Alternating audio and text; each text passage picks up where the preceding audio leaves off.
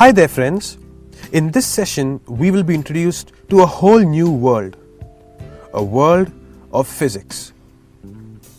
In this beautiful planet that we call Earth, there are a lot of interesting events that take place.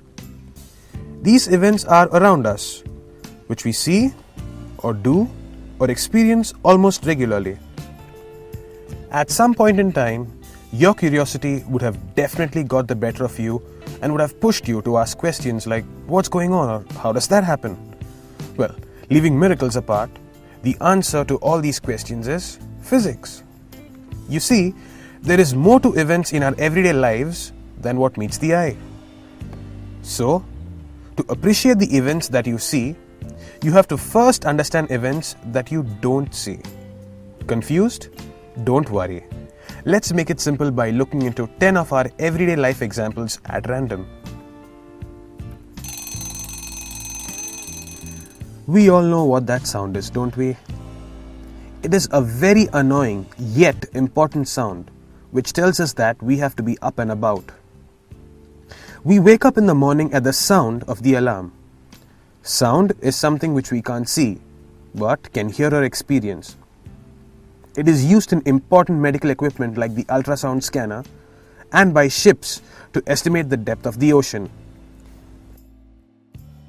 Physics studies the origin, propagation, and properties of sound.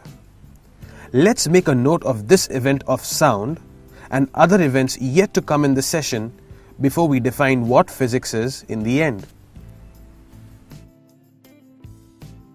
To have a cup of coffee, we boil water.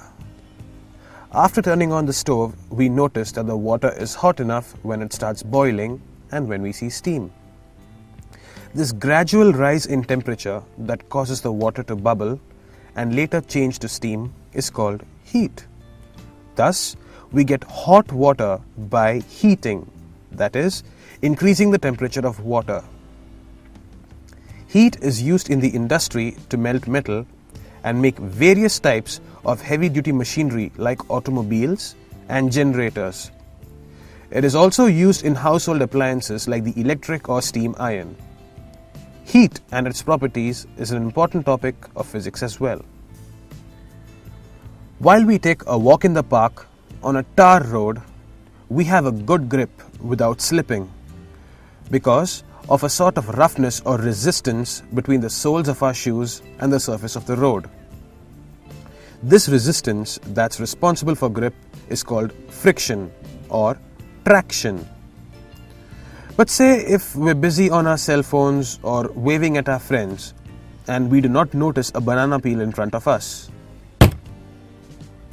What makes us fall? Well, apart from our absent-mindedness, it is due to the reduced friction between our shoes and the road because of the slippery banana peel. Friction, which is an important factor in the making of tires, is also explained by physics.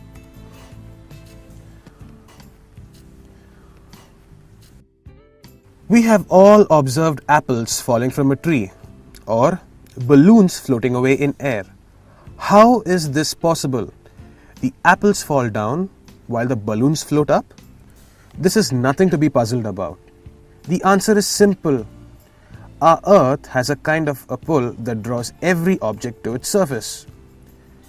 This pull is called gravity or gravitational force, which keeps every object grounded to the surface of the Earth and prevents them from floating away. This is why apples fall to the ground and why people or objects on the underside of the Earth do not fall into space. So why did the balloon float away and not fall to the ground?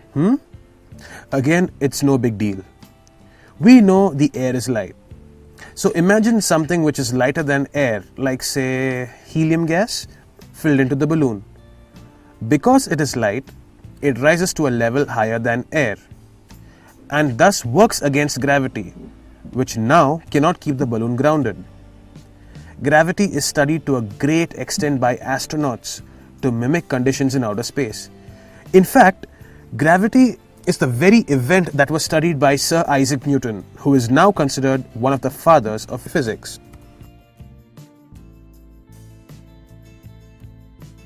When we use a compass, we notice that the direction of the needle is constant. That is, the needle points in only one direction, north. This is because of a force of attraction between two oppositely charged ends called magnetism. All materials that follow magnetism can be termed as magnets. Did you know that apart from being just a planet, our Earth is actually one big giant magnet? The geographic north pole of the Earth, that is the Arctic region, is actually the magnetic south pole, which attracts the magnetic north pole of the compass. This is why the compass always points north, no matter where it is. We all know opposites attract, don't we? Physics looks into the property of magnetism, which is used in modes of transport like the metro trains and in parts of electronic speakers.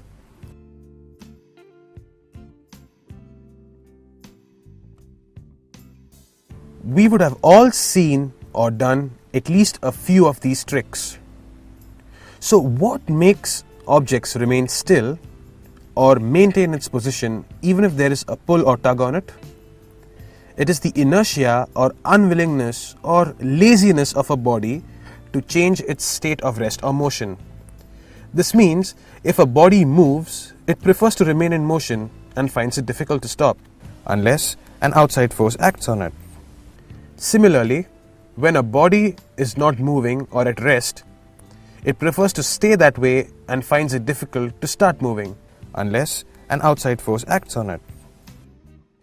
This property of inertia is important for the automobile industry while mimicking accidents for safer cars to be manufactured.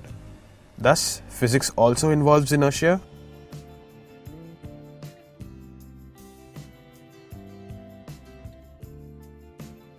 Speaking of tugs or pushes, what do we do when we open or close a door? We use force. When the door is heavy, we use more strength to move it, which simply means that we use more force. Force is something that we use on a daily basis in almost all tasks we undertake, like brushing our teeth, pushing buttons on a keyboard or cell phone. Force is also involved in various processes, like coughing, sneezing, and blood flow, due to the contraction of certain muscles in our body. Simply put, force is nothing but the pressure exerted by one body on another body.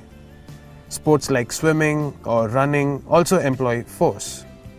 For this reason, force is also dealt with by physics. Let's look into our daily gadgets like the cell phone. What makes the cell phone work is the electricity that's supplied by the battery. What charges the battery is the electricity that's supplied by the power source. Electricity, as we all know, is an important part of our daily lives. Be it for transportation, like buses, cars or trains, or for powering our household appliances like the television, the fridge, the microwave, or even to watch this video. Did you know that our body is also like an appliance and the power to run it comes from certain cells which produce electricity? This type of electricity is called as bioelectricity, which we will see in our biology videos. Though we all are biological systems, the mechanism of electricity production is explained by physics. Remember, if electricity can rock your world, it can also shock your world. The many usages of electricity is enough proof to justify why we include electricity in physics. After a while of rain, we see a rainbow in the sky. It is beautiful and has 7 different colors. This is a property of light, particularly white light. Though we call it white light, it is actually a mixture of lights of many different colors. Rainbows are formed due to the splitting of sun rays, which is white light, through raindrops.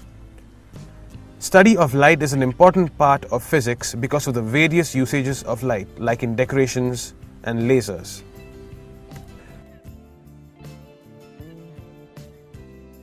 Did you know that we are all made up of many smaller particles which we cannot see individually with our naked eyes or even with a microscope? They are even smaller than the smallest cell, and in fact these are the very building blocks of cells and everything in the universe. Do you know what these particles are? They're called atoms. Two or more atoms come together to form a molecule, and many molecules come together to form visible matter. Just imagine how many molecules and consequently how many more atoms we are made up of. Billions, trillions, zillions. Even things that we can't see, like minute dust particles, are made up of atoms. The theory of atoms and molecules is involved with the origin of the universe, life on Earth, and everything around us. Hence, physics just cannot do without it. From all of these events, let us now define physics. The word physics comes from the Greek word physis, meaning nature, and physique, meaning knowledge of nature. Thus, simply put, physics is nothing but the study of nature and the universe on the whole, and the various occurrences or events taking place in it. For each of the previously mentioned examples, there are other events that are occurring at the same time, which are invisible or which we haven't considered. Physics explains all these unseen events too. Its goal is to answer all questions, right from elemental particles like atoms to gigantic structures like planets. It gives us an understanding of how and why things are the way they are. The events mentioned earlier were just minute examples of how physics is involved in our everyday lives. So now do you see how important studying physics is? Physics is a lot like a mountain, which is not difficult to scale. And when you reach the top, the view is beautiful. Just don't accept things the way they are. Follow your curiosity wide and far. Please give us your comments on this session. If you liked this session and are interested to watch more of these sessions, click on the like button and subscribe to Let's Tute.